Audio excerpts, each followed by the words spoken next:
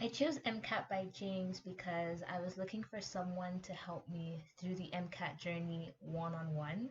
I didn't want to use all the Kaplan or other resources because they were more class based, and I thought I'd like someone who can just answer my questions right away, and that's what I got. And James is so nice, so friendly, so patient, especially when I wasn't getting things right away.